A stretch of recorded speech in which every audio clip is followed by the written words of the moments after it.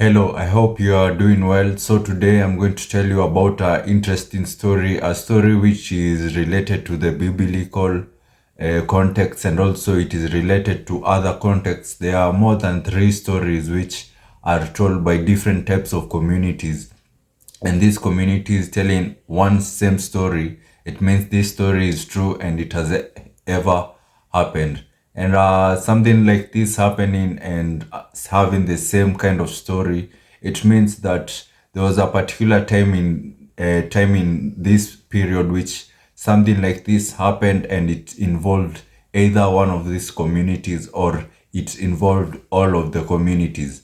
So today I'll be telling you the story of the Queen of Sheba, which is talked into many types of religions, and also it has been talked into many books. And one of the books is the Bible, and the other book is the Quran, and the other book which is talked about is the Jewish books, and also the Ethiopian books talk about the story of the Queen of Sheba. Some of these books which talk about the story of Queen of Sheba, some of them have archaeological evidence, and some of them don't have archaeological evidence which supports their stories. But the ones which support which the archaeological evidence supports their stories, put them as ahead of the others, because it is simply being we are able to pinpoint the exact location of which this story was told. And the Queen of Sheba is a story which has been told in many biblical contexts, which they say that King of Solomon, the Solomon, and so which is being told in the Book of Kings, where there's a woman which came from a place of Sheba, and also in the Bible it is being talked as a place of the south. In the later verses of Jesus, in the verse of Matthew and also John and Luke over there, Queen of Sheba is also talked about as the queen of from the south. The queen of the south came and also to receive and also hear the wisdom of Solomon and to seek it. Where Jesus talks about that there will be an uprising where it will take place in the queen of the south. So, and also it is being talked also where the in the book of Kings that the queen of Sheba came and to see Solomon, and she brought with him many gifts to Solomon, and she came to question Solomon so many questions where she was able to get the answers of the questions she had. And the other place where this particular story comes from is the book of the Ethiopians, which is called the Kebra Nagast, the glory of kings. This story is derived from also we get it from the Queen of Sheba, where the Queen of Sheba was able to go to Israel and also saw King Solomon and brought him gifts. And also King Solomon sent her with gifts to the place of Queen of Sheba. And this is very documented well in the better than the other books, which is the book of Quran of Islam and also the Bible, where we see into the details of everything which we missed out in these other books into this book of the Kebra Nagast of Ethiopia. And Ethiopia is one of the country which has some lineage and some practices which they refer as to the lineage of Solomon, which we get the people like Haile Selassie. They are the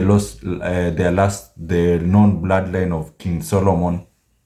And this practice also dates from a thousand, 2000 before 2000 years, even before today. And it is when Christ came to earth. And this lineage can be traced until that time, where the kings and also the people which were heading Ethiopia came from the bloodline of Solomon. Even Menelik I, Menelik II, all this it is believed to be the people which come from the bloodline of Solomon. So the people of Ethiopia believe that, and this is also supported by the book of Kebra Negast, which has the same story which is in the Bible. And also archaeological evidence dates that the people of Ethiopia at that time are the people who used to have gold. We used to have a lot of things, and one of the archaeological evidence which supports this is the place of Egypt, where Egypt has some findings that they see that the people of Ethiopia used to trade with the people of Egypt, be it gold, be it any type of metal, they used to trade with it. And also you can know also in the Bible, the place the kingdom of Cush is also referred to the kingdom of Ethiopia, and also Abyssinia as Ethiopia. So Abyssinia and Ethiopia were kingdoms which they used to have trade and trading like gold and also other minerals, and also some of the things like which Queen Sheba brought to Solomon, like spices, are some of the things used to be traded, and there is archaeological evidence that these things were found at that time, and also the other evidence is the books which were there, and the books also supports, because this book which was found in Ethiopia is the same story which a book in Israel, and also which says the same thing. But the book in Quran says that the Queen of Sheba came from the southern part of Yemen, which is there's no archaeological evidence, and its story is somehow mythical, because there are some instances where they say that Queen of Sheba did some things and she had some type of physical appearance which is not the normal physical appearance to the normal type of human being. So it has some mythical, and it doesn't have its facts straight out. But the books like the which are found in Ethiopia have facts straightened out, and their facts are similar to what is in the Bible. And although some of the things which they say are not in the Bible, but we can put some context, because this is what the lineage of what people have lived for more than 2,000 years, even before us today, and they have been following these customs and culture. So this makes them ahead and the best contender for this for Queen of Sheba to come from. So Queen of Sheba can come from three different countries. It is either Yemen or Ethiopia or another place around Egypt. And the best place which we can say Queen of Sheba confidently came from is the place of Ethiopia, because of the book of Kebra Negast. So the story of Queen Sheba is just simple, where Queen of Sheba was there was a place called Sheba, and that's why it's called Queen of Sheba, that place which is called Sheba.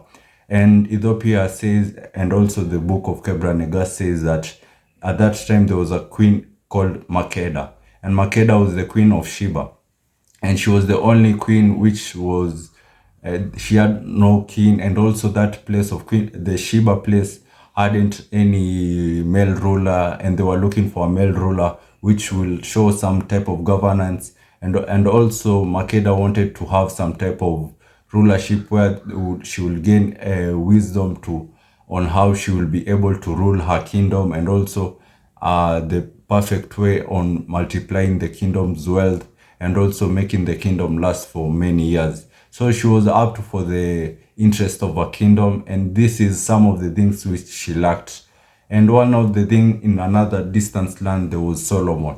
The thing which she lacked, another person had it, and also it was a coincidence for this to happening. Imagine the thing which will help you for your kingdom not to be extinct was in another place. So it was like also it was like God's plan, and also it was like a coincidence, a very great coincidence, because if it wasn't for Solomon and his wisdom, the kingdom would eventually be split up, and there will be no kingdom called the Sheba kingdom. So it was also a favor for them, which it was also a coincidence. The best man, the person who has the most wisdom in the world, was far distance, and the time which they needed him the most, he was there. So it was a good coincidence for Queen of Sheba, and also the place of Sheba, for a person like Solomon to be there at the right time. So the person who brought this news to Queen of Sheba is called Tamrin. And Tamrin is a person who was a merchant for the place of Queen of Sheba, and he used to travel all over the world looking for things to trade, and used to trade gold and other types of things. So he heard about a place of Israel, and also had a person called Solomon. So when he visited the place of Israel, he was very shocked to see so many types of buildings. He was shocked to see the beauty of the place. Although the other worlds he has ever traveled, he has never seen something like this. The beauty of Israel was beyond his perception, and also the types of temples which were built in Israel for God, and also the type of organization which was in Israel was beyond any imaginable things that any person could imagine. So he was very shocked, and also he was got the chance to go and meet King Solomon, and he was very shocked on how King Solomon used to live, because King Solomon depicted a way of humbleness, and he was very humble, and he was very low down to the level of his character.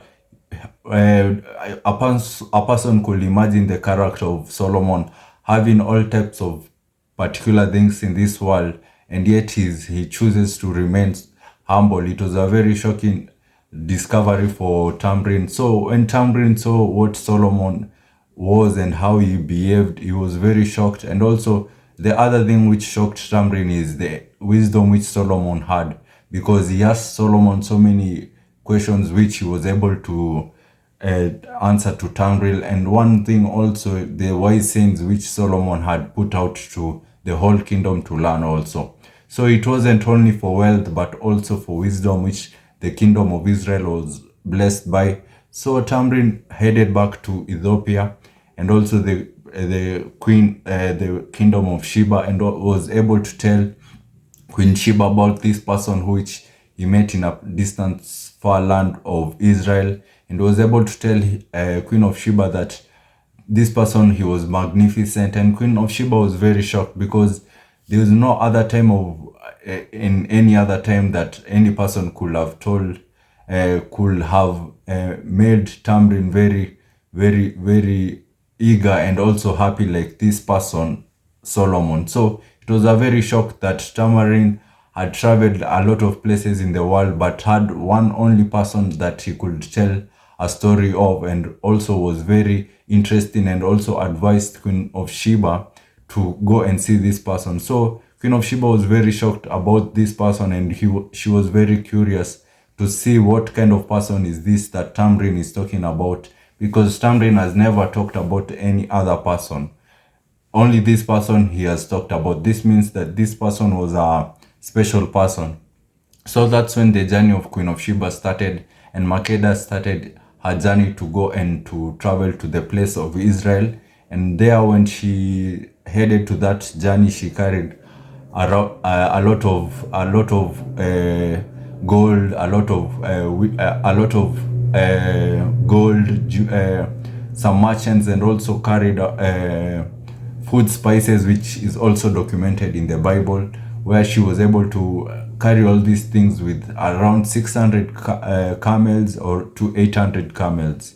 And when she arrived in Israel, she left her kingdom at peace, and she left the kingdom at a place where nobody will try to invade it. She left the kingdom at a perfect position.